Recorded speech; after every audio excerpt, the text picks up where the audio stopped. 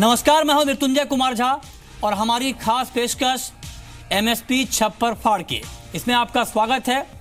और एमएसपी छप्पर फाड़ के हम इसलिए कह रहे हैं क्योंकि सरकार ने दावा किया है कि ये ऐतिहासिक बढ़ोतरी है एमएसपी में। 70 सालों में जो काम नहीं हुआ है वो काम सरकार ने कर दिखाया है, ये दावा किया गया है।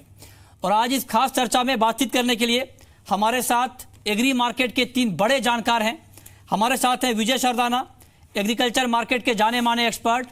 हमारे साथ पाशा पटेल हैं, सीएसीपी महाराष्ट्र के चेयरमैन हैं और किसानों के बड़े नेता हैं। और हमारे साथ हैं अशोक दलवई, जो कि नेशनल रेनफेड अथॉरिटी के सीईओ हैं। आप तीनों खास मेहमानों का बहुत बहुत स्वागत है इस कार्यक्रम में। चर्चा को आगे बढ़ाएंगे, लेकिन सबसे पहले आपको बताते हैं कि बड़ी बातें एमएसपी की क्या है। बड़ी बातें ये हैं कि लागत से 1.5 गुना से भी ज्यादा एमएसपी देने का ऐलान यहां पर सरकार की तरफ से किया गया है, जो सरकार ने दावा किया है। और इसके बाद माना यह जा रहा है कि खरीफ की बुआई तो बढ़ेगी, लेकिन सरकार के ऊपर बोझ भी यहां पर बढ़ सकता है। इस बात की भी आशंका है क्योंकि बड़ी बढ़ोतरी यहां पर की गई है।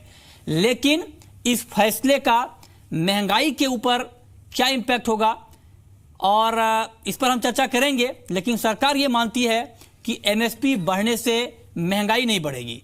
जो हमारे जीडीपी की ग्रोथ रेट है वो रेट ऑफ इन्फ्लेशन से जस्ट डबल है। इस बात की हमें चिंता है कि रेट ऑफ इन्फ्लेशन को कंट्रोल कैसे किया जाता है और कैसे हम करेंगे, उसकी हमको चिंता है। और रेट ऑफ इन्फ्लेशन बढ़ने के केवल एक ही फैक्टर नहीं होते, कई ऐसे फैक्टर्स होते हैं रेट ऑफ इन्फ्लेशन के बढ़ने के। इसलिए यह कहना कि इसके कारण रेट ऑफ इन्फ्लेशन बढ़ेगा, महंगाई बढ़ेगी, मैं समझता हूं कि ये उचित नहीं होगा ऐसा सोचना। तो महंगाई नहीं बढ़ेगी, सरकार को इस बात का भरोसा है। वहीं केंद्रीय खाद्य मंत्री रामविलास पासवान एमएसपी में भारी इजाफे का उन्होंने स्वागत किया है और उन्होंने कहा है कि सरकार ने किसानों की काफी पुरानी मांग पूरी की है। हम लोग इस बात को मांग करते आए थे कि जो किसान है वो देश का रीढ़ है और उसी के बल पर आज देश क्या कहते हैं कि स्वावलंबी है। तो उनका जो उत्पादन है वो उत्पादन लागत से 1.5 गुना कम एमएसपी तय नहीं होना चाहिए। और आज हम प्रधानमंत्री जी को धन्यवाद देना चाहते हैं कि आज की कैबिनेट में उसको मोहर लगा दिया गया। तो स्वागत हो रहा है। और हमने ये जानना चाहा कि एमएसपी चूंकि बढ़ी है तो खरीद बढ़ने की उम्मीद है। अगर सरकारी खरीद बढ़ती है तो सरकारी एजेंसियां इसके लिए कितनी तैयार हैं, रख रखाव की क्या व्यवस्था है, भंडारण की क्या व्यवस्था है, ये जानने के लिए कृषि सचिव एससी पटनायक से जी मीडिया संवाददाता सुमन अग्रवाल ने बात की है। आइए सुनते हैं। हम ये संकेत देना चाहते हैं कि किसानों को इसके द्वारा ये पहुंचे कि सरकार उनके पास खड़ा है। और इसके साथ साथ आप जो प्रश्न उठाए कि यदि जरूरत पड़े तो ज़रूर हम इसका खरीदारी करेंगे और जोर मात्रा में इसको करेंगे। लेकिन यदि इसका भाव बाजार समर्थन मूल्य से ऊपर है तो ज़रूर हमको खरीदने की ज़रूरत ही नहीं, क्योंकि तो वो खुद अपना मार्केट में लेके माल बेचेगा। तो ये परिस्थिति को देख के हमको डिसीजन लेना पड़ेगा। जैसे पासवान जी ने कहा कि कोई एक एजेंसी भी हायर की जा सकती है अगर बहुत ज़्यादा ज़रूरत हुई, तो क्या सरकार नवंबर के बाद ऐसी कोई योजना बना सकती है स्टोरेज को लेकर, प्रोक्योरमेंट को लेकर? देखिए, अभी जो हमारा जो संस्था कर रही है वो नाफेड संस्था कर रहा है। एफसीआई भी तब बिल्कुल तैयार है, एफसीआई भी कर सकता है, उनका तो बहुत अपार अनुभव है। और उसके साथ साथ हमारा स्मॉल फार्मर्स एग्री कंसोर्शियम है जो एफपीओ के साथ साथ मिल के काम कर रहे हैं। काफ़ी जो सिस्टम है सुदृढ़ है।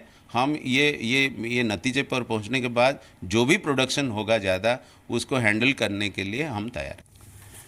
जी, तो किस तरह की तैयारी हुई है ये हमने आपको सुनाया। अब तक आपने सुना मंत्री का बयान, अधिकारी का बयान, लेकिन अब आपको हम ये सुनाने जा रहे हैं कि इस फैसले के बाद किसानों में किस तरह का माहौल है, किसानों की क्या प्रतिक्रिया है। आइए आपको सुनाते हैं पंजाब के किसानों का ये रिएक्शन। देखो जी, ਜਿਹੜਾ ਕਾਫੀ ਦਿਨਾਂ ਤੋਂ ਇਹ ਗੱਲ ਚੱਲ ਰਹੀ ਸੀ ਕਿ ਸੈਂਟਰ ਸਰਕਾਰ ਜਿਹੜੀ ਆ ਸਵਾਮੀਨਾਥਨ ਰਿਪੋਰਟ ਲਾਗੂ ਕਰਨ ਜਾ ਰਹੀ ਹੈ। ਕਿਸਾਨਾਂ ਦੇ ਵਿੱਚ ਬਹੁਤ ਖੁਸ਼ੀ ਦਾ ਮਾਹੌਲ ਸੀ ਕਿ ਵਾਕਈ ਸਹੀ ਹੋ ਰਹੀ ਹੈ। ਜੇ ਪੂਰਨ ਰੂਪ ਦੇ ਵਿੱਚ ਇਹ ਲਾਗੂ ਹੋਈ ਹੈ ਤੇ ਅਸੀਂ ਬਹੁਤ ਖੁਸ਼ ਹਾਂ ਸਰਕਾਰ ਤੇ ਇਹਨਾਂ ਨੇ ਕਿਸਾਨਾਂ ਦੀ ਬਾਹ ਫੜੀ ਹੈ। ਜਿਸ ਤਰ੍ਹਾਂ ਸਾਡੀਆਂ ਜਥੇਬੰਦੀਆਂ ਨੇ ਜੋ ਮੰਗਾਂ ਕੀਤੀਆਂ ਸੀ, ਬੜੀ ਦੇਰ ਤੋਂ ਧਰਨੇ ਦੇ ਰਹੇ ਸੀ, ਮੁਜ਼ਾਹਰੇ ਕਰ ਰਹੇ ਸੀ ਕਿ ਸਾਡੀ ਜਿਹੜੀ ਸਵਾਮੀਨਾਥਨ ਰਿਪੋਰਟ ਆ ਉਹ ਲਾਗੂ ਹੋਣੀ ਚਾਹੀਦੀ ਆ। ਜੇ ਅੱਜ ਪੂਰਨ ਰੂਪ ਤੇ ਲਾਗੂ ਹੋ ਚੁੱਕੀ ਆ ਤਾਂ ਫਿਰ ਅਸੀਂ ਕਿਸਾਨ ਲੋਕ ਜਿਹੜੇ ਬਹੁਤ ਧੰਨਵਾਦੀ ਉਹਨਾਂ ਦੇ। जी, तो किसान तो खुश हैं, लेकिन किसान ये कह रहे हैं कि जो स्वामीनाथन कमीशन की रिपोर्ट है अगर वो पूरी तरह से लागू हो जाएगी तब किसानों को और ज्यादा फायदा होगा। अब ये रिपोर्ट क्या है इस पर हम आपको आगे बताएंगे, लेकिन इस रिपोर्ट में ये कहा गया है कि जो किसानों को एमएसपी मिले उसमें लागत में किसानों की जमीन का जो रेंटल वैल्यू है उसको भी जोड़ा जाए। अगर ये जोड़ा जाएगा तो ये एमएसपी की रकम यहां से और बढ़ जाएगी। ठीक है, अब चर्चा को आगे बढ़ाते हैं और मेरा सबसे पहला सवाल आपसे होगा अशोक दलवई जी, चूंकि आप सीईओ हैं नेशनल रेनफेड अथॉरिटी के, कृषि मंत्रालय का आप हिस्सा हैं। मेरा आपसे सवाल ये होगा कि ये जो बढ़ोतरी की गई है क्या ये पर्याप्त बढ़ोतरी है, और आपको ये लगता है कि अगर ये भाव किसानों को मिल जाएगा तो किसानों के अच्छे दिन आ जाएंगे? धन्यवाद। जैसे कहा गया है ये तो किसानों का बहुत दिन से एक मांग, एमएसपी पर बढ़ोतरी आए, तो इस बार जो minimum 50% profit margin cost of production पर लागू किया गया है, ये एक ऐतिहासिक पदक्षेप है। जैसे आप जानते हैं अब सरकार का यही लक्ष्य है कि किसानों का आय को 2022 तक दोगुनी करे। अगर आय को दोगुनी करनी है इसका एक मुख्य अंग ये होगा कि किसानों को अपने उत्पादन पर ठीक मूल्य मिले। आज का सबसे बड़ा चुनौती यही है कि किसान को अपने उत्पादन पर मूल्य नहीं मिल रहा है। इस कारण से सरकार दो एक मुख्य स्ट्रैटेजी बनाया है। एक है कि हमारे मार्केट में सुधार करें। मार्केट सुधार करने से एक स्पर्धात्मक और पारदर्शिता मूलक किसानों को अपने उत्पादन पर ठीक रेट मिलेगा। और दूसरी बात है, हम सबको ये भी मानना पड़ेगा कि एग्रीकल्चर मार्केट जो होते हैं वो कभी भी परफेक्ट नहीं हो सकते हैं, क्योंकि बहुत सारे रिस्क रहता है एग्रीकल्चर मार्केट में। इसलिए सरकार ने मिनिमम सपोर्ट प्राइस घोषित करते हैं और साथ साथ जब मार्केट में गिरावटी देखा जाता है तब इसका प्रोक्योरमेंट भी होता है।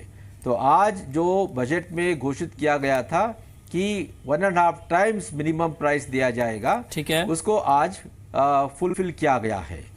और सबसे बड़ी बात है कि जिस प्रकार के क्रॉप्स है, मिलेट्स उदाहरण जिसको हम न्यूट्री सीरियल्स कहते हैं, जवार है, बाजरा है, रागी है, ये जो रेनफेड एरियाज में हम उगाते हैं और जहाँ के किसान गरीब है, अब इन प्रकार के कमोडिटीज पर बहुत ज्यादा एमएसपी दिया गया है। इससे किसान को जैसे ग्रीन रेवोल्यूशन के टाइम में पैडी और वीट के लिए इंसेंटिव दिया गया था, उसी तरीके से आज ये जो रेनफेड क्रॉप्स को उगाने के लिए, उत्पादन करने के लिए एक इंसेंटिव दिया जा रहा है। तो इससे क्लाइमेट चेंज का अवसर आज है और रेनफेड एरिया के सिस्टम में ये गरीब किसान जो उगाते हैं जवार, बाजरा, रागी, इस प्रकार के कमोडिटीज पर ज्यादा इंसेंटिव मिल रहा है। ठीक है, तो इससे मैं समझता हूँ ये आय दुगुनी करने के साथ साथ जो इनइक्वालिटी है सोसाइटी में और हमारे किसानों वर्ग में, वो इनइक्वालिटी को भी एक रूप से रिजॉल्व किया जा रहा है। ठीक है, तो मैं समझता हूँ सबको इससे खुशी होनी चाहिए। खुशी होनी चाहिए, ये बात तो ठीक है, लेकिन एक्चुअल खुशी तब होगी जब ग्राउंड पर इसका रिफ्लेक्शन होगा। और चूंकि ग्राउंड पर पाशा पटेल जी काफी काम करते हैं, किसानों के बीच रहते हैं, जाते हैं, और महाराष्ट्र सीएसीपी के चेयरमैन भी हैं, तो लगातार केंद्र सरकार को रिकमेंड भी करते हैं अलग अलग फसलों के मुद्दे पर। पाशा पटेल जी, पर्याप्त है ये जो एमएसपी में बढ़ोतरी हुई है, या फिर आपको लगता है कि C2 कॉस्ट को और ज्यादा इफेक्टिवली यहां पर इंप्लीमेंट करना चाहिए था?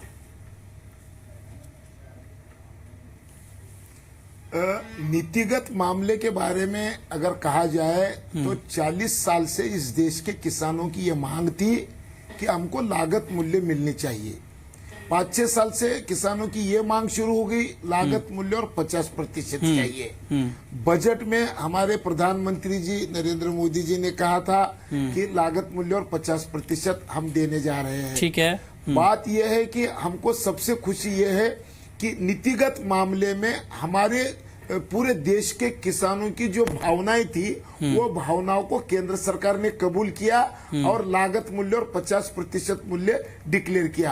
अब रहा ये जोड़ा जाए वो जोड़ा जाए, रहा हिसाब का सवाल, हिसाब तो आज भी किया जाएगा, कल भी किया जाएगा, लेकिन नीति आनी चाहिए थी, वो नीति आ गई। आजादी के बाद पहली बार किसानों को मूल्य के बारे में ऐसा नीति कभी आई नहीं। पाशा पटेल जी कभी नहीं आई है, ये बात ठीक है आपकी, ये बात आपकी ठीक है कि पहले नहीं आई है, लेकिन दूसरी ये बात अच्छी है, इस बात को लेकर सरकार की तारीफ होनी चाहिए कि कम से कम सरकार ने साहस और हिम्मत तो दिखाया है। लेकिन जो दूसरी चुनौती है फार्मर के सामने वो ये कि एमएसपी तो ठीक है, मुझे लगता है कि ये जो प्राइस सरकार ने डिक्लेयर किया है ये पर्याप्त है, लेकिन ये किसानों को मिले तब। दिक्कत ये है कि बड़े पैमाने पर देश के किसान ऐसे हैं जिनकी पहुंच एमएसपी तक नहीं हो पाती है, उनको एमएसपी के बारे में जानकारी भी नहीं है और ना वो एमएसपी का फायदा उठा पाते हैं। आपको लगता है कि सरकार को अब अगला कदम उस तरफ उठाना चाहिए? देखिए, ये बात से मैं सहमत हूं, लेकिन आपको एक बात मैं बताना चाहता हूं कि सरकार और सरकारी अधिकारी अगर इस दिशा में सही मायने में अगर काम किए तो क्या चमत्कार होता है। मैं आपको सोयाबीन के बारे में एक बात बताना चाहता हूं, आपने भी देखा है सोयाबीन के बारे में मैंने जो क्या क्या किया है। अभी सोयाबीन हमारे महाराष्ट्र में 3700-3800 रुपये से बिक रहा है और अभी एमएसपी 3399 डिक्लेयर हुई है, यानी 50% ज्यादा देने के बावजूद भी लास्ट ईयर से इस साल 12% ज्यादा देने के बावजूद भी 3400 रुपये हो रहा है, लेकिन बाजार में 3800 से 3800 अच्छी बात है, किसानों को अच्छा भाव चाहे हम अगर चाहे हम अगर चाहे तो हम मेरा मानना यह है कि सरकार का काम फायर ब्रिगेड का करना है, सरकार खरीदी करना नहीं चाहिए। ठीक है, आपके पास बाजार में एमएसपी किसानों को मिलना चाहिए। आपके पास आऊंगा सर। सरदाना जी काफी देर से जो आप लोग बोल रहे हैं उसको नोट कर रहे हैं सरदाना जी, और सरदाना जी ने इससे पहले भी एमएसपी के ऊपर काफी कुछ लिखा है। अब सरदाना जी आपसे मेरा सवाल ये होगा कि अब जो ये कैलकुलेशन सामने आ रहा है और दर्शकों को भी ये बात समझनी चाहिए कि ये जो लागत आज बताई गई है सरकार की तरफ से जो बताई गई, एक बार मैं लागत का आपको आंकड़ा बता दूं कि धान की जो लागत है वो 1166 रुपए प्रति क्विंटल यहां पर बताई गई है और जो उसके अगेंस्ट में एमएसपी है वो 1750 रुपए डिक्लेयर किया गया है। आप देख पा रहे हैं अपनी स्क्रीन पर कितनी बढ़ोतरी है, 50% की। उड़द की जो लागत है 3438 रुपए है, 5600 की एमएसपी है, 63% ज्यादा। मूंग की जो लागत है खेती की प्रति क्विंटल 4650 रुपए है और जो एमएसपी है वो 6975 रुपए, यानी 50% ज्यादा। तो सरदाना जी, क्या ये लागत का जो कैलकुलेशन है ठीक है या फिर आपको लगता है कि लागत और ज्यादा होनी चाहिए? देखिए, इसी टेबल के नीचे एक फुटनोट है, अगर आप प्रेस जो रिलीज किया है भारत सरकार ने, अगर आप उसको पढ़ें तो उसके हिसाब से ये जो आप लागत पढ़ रहे हैं ये C2 है, लेकिन अगर आप हकीकत में देखें तो ये A2+FL है। अब जरा A2FL, पहले A2FL और C2 जरा संक्षेप में आप समझा दें दर्शकों को ताकि आगे आपकी बात समझने में आसानी हो। देखिए, A2 वो होता है जो आपकी डायरेक्ट कॉस्ट होती है, बीज, खाद, पानी, इरिगेशन, फर्टिलाइजर, जो भी आप डायरेक्ट इनपुट खरीदते हैं और उसमें डालते हैं। साथ में जब आप उसमें FL हो जो होता है फैमिली लेबर, आप चाहे खुद की लेबर लें या किराए पे लेबर लें, जो भी करें वो आपकी लेबर है, तो A2+FL ये हो जाता है। उसमें एक फैक्टर आता है इंटरेस्ट ऑन वर्किंग कैपिटल, ठीक है, तो ये 4-5 चीजें मिलकर ये आपका बनता है A2+FL। लेकिन जो C2 फैक्टर है वो जो किसान अपने ट्रैक्टर खरीदता है, अप्लायंसेस खरीदता है, खेत पे कुछ कंस्ट्रक्शन करता है, ट्यूबवेल डालता है, उस पे जो खर्चा करता है, उसका जो डेप्रिसिएशन है, जो जमीन का रेंटल वैल्यू है, ये C2 को अगर उनको भी जोड़ दो तो C2 बनता है। अब आगे बताएं सर। जो भारत सरकार सबसे पहले तो ये क्लियर करे कि जो कॉस्टिंग दी है जो प्रेस रिलीज में, जो नीचे फुटनोट है वो डेफिनेशन तो है C2 की, लेकिन जो कैलकुलेशन दी गई है वो है A2+FL की। तो सच्चाई क्या है, पहले किसानों को ये बताएं कि क्या हम सिर्फ A2+FL को कैलकुलेट कर रहे हैं या हम C2 पे दे रहे हैं। नहीं, वो तो कैलकुलेशन जो भी है सरदाना जी, मैं वही आ रहा हूं, क्योंकि अगर आप किसानों की बात सुने, किसानों ने कहा स्वामीनाथन रिपोर्ट, स्वामीनाथन रिपोर्ट ने कहा था C2 पे 50%, ठीक है, लेकिन सरकार दे रही है A2 प्लस FL पे 50%। तो ये एक डेविएशन है जो सरकार को क्लैरिफाई करना चाहिए। ठीक है, ठीक है। अब रही बात आके कि जो भी MSP डिक्लेयर हुआ है, इसका इंप्लीकेशन क्या होने वाला है। हाँ।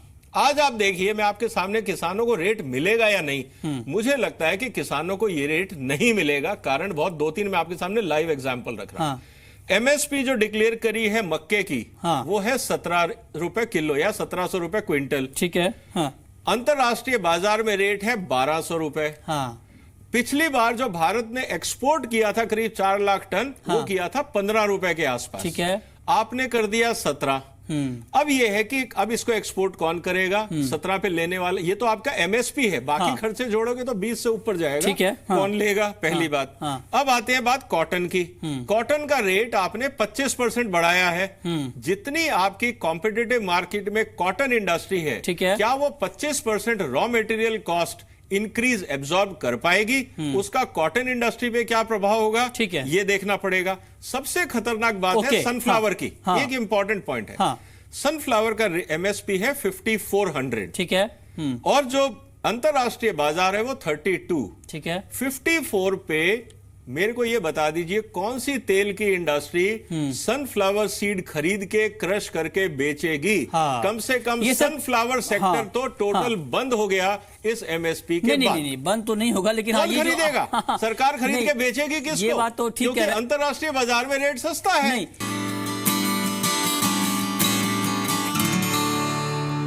दलवई जी, मेरा अब आपसे सवाल ये होगा, सरकार ने वादा तो कर दिया है किसानों से कि इसी भाव पर अब उनसे फसल की खरीद की जाएगी, लेकिन जब सरकार के सामने इस फसल को बेचने की चुनौती आएगी तब सरकार क्या करेगी? क्योंकि अगर बाजार भाव काफी कम रहेगा सरकारी खरीद भाव के मुकाबले, तब सरकार के पास क्या विकल्प होगा? आपको ये मैं कहना चाहता हूं कि आज जो हमारी इकोनॉमी है, किसानों के दृष्टिकोण से देखना शुरू किया गया है। क्योंकि ये चैलेंज, जैसे मैंने कहा, किसानों को अगर इंसेंटिवाइज करना है तो उनका आय को बढ़ाना जरूरी है। आय को बढ़ाना है का मतलब उनको ठीक मूल्य दिलवाना है। तो ये MSP जो घोषित किया गया है, ठीक है, इसका मतलब यही है कि अगर मार्केट में गिरावटी होगी तो स्वाभाविक तरफ से सरकार आकर वो MSP के रेट पर ही खरीदेंगे। मगर मैंने आपको ये कहा कि हमारा लक्ष्य MSP के साथ मार्केट सुधार पर भी है।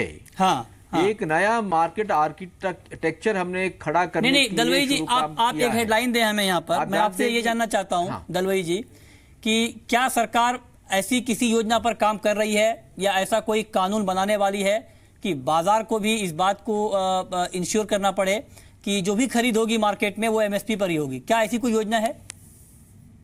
मतलब MSP से कम पर खरीद नहीं होगी मार्केट में, मंडियों में? वो करना ना, वो नहीं, वो तो हम नहीं कर रहे हैं, क्योंकि मार्केट को डिस्टॉर्ट हम नहीं कर सकते हैं। कि मार्केट में तो ओपन कॉम्पिटिटिव ऑक्शन होगा, मगर जब मार्केट में रेट MSP से कम होगी तब सरकार आकर खरीदेंगे। तो खरीद करने के लिए जो व्यवस्था करना है उस पर हम काम कर रहे हैं। आपने देखे होंगे कि पिछले 3-4 साल में पल्सेस और ऑयल सीड का खरीदी को हमने बहुत बढ़ाया है। उसी तरीके से अब भी इसको हम खरीदने के लिए व्यवस्था करेंगे। ठीक और बात जब है। स्टेट गवर्नमेंट्स में रिक्वेस्ट करते हैं, जब स्टेट गवर्नमेंट्स रिक्वेस्ट करते हैं मिलेट्स पर भी, जब उनका रेट गिरता है मार्केट में, अगर वो खरीदना चाहेंगे तो हम खरीदने के लिए परमिशन देते आए हैं। लेकिन सर दिक्कत ये है कि किसानों का एक बड़ा तबका ऐसा है जिनकी पहुंच अभी MSP तक नहीं हो पाई है। और जो यहाँ पर अगर हम देखें किसानों की MSP की जब बात होती है तो किसानों का एक बड़ा तबका इससे मरहूम रह जाता है। पाशा पटेल जी, इसको लेकर आप क्या कहेंगे? आपके राज्य में भी, महाराष्ट्र में भी हमने देखा था किस तरह से दलहन खरीद को लेकर दिक्कत आई थी। सरकार ने अचानक MSP पर खरीद करना बंद कर दिया था, उसके बाद बहुत दिक्कत आई थी, दाम गिर गई थी। इन दिक्कतों से कैसे निपटेंगे?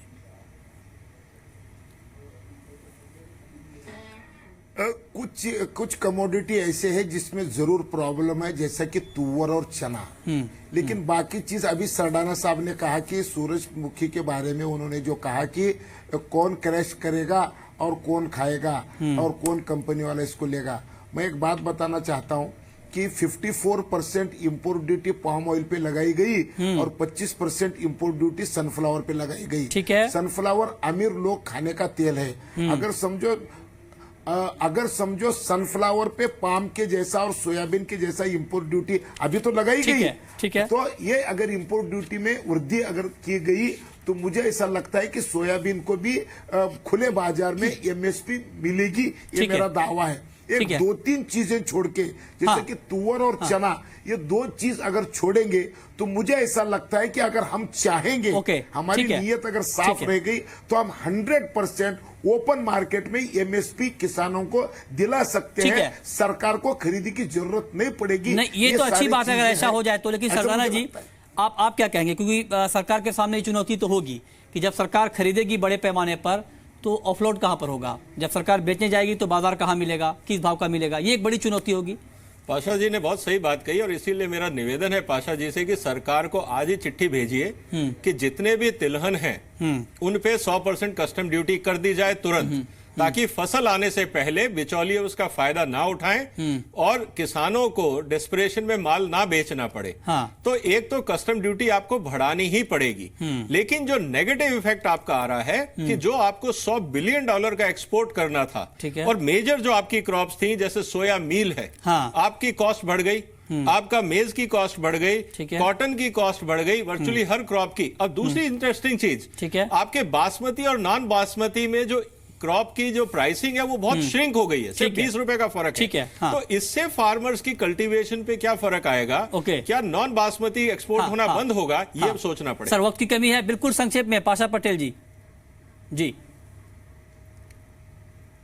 सरदाना जी, मैं डी ऑयल केक के बारे में लास्ट ईयर 5 साल था, उसको हमने 7 किया और इस साल की हमारी डिमांड है और जरूर मेरी सरकार मानेंगी। हम 10% एक्सपोर्ट इंसेंटिव देना चाहते हैं डी ऑयल केक को, इससे ये सारे चीज एमएसपी से बिक सकती है, उसमें कोई प्रॉब्लम है नहीं। चलिए, बहुत बहुत शुक्रिया पाशा पटेल जी आपका, अशोक दलवई जी आपका और विजय सरदाना आपका हमसे जुड़ने के लिए और इस अहम मुद्दे पर चर्चा करने के लिए। तो एक बात साफ तौर पर यहां पर निकल कर आ रही है, सरकार ने एक बड़ा कदम उठाया है, बड़ा साहस किया है एमएसपी बढ़ाने का, लेकिन अब आगे का जो काम है वो ये कि एमएसपी की पहुंच ज्यादा से ज्यादा किसानों तक हो, जितने भी किसान हैं देश के वो एमएसपी के दायरे में आए, एमएसपी पर अपनी फसल बेच पाएं, ये सरकार को सुनिश्चित करना होगा। और दूसरी महत्वपूर्ण बात कि जो भंडारण की दिक्कत है उसका भी पुख्ता बंदोबस्त करना पड़ेगा ताकि अनाज की बर्बादी ना हो। बहुत बहुत शुक्रिया आप तमाम लोगों का।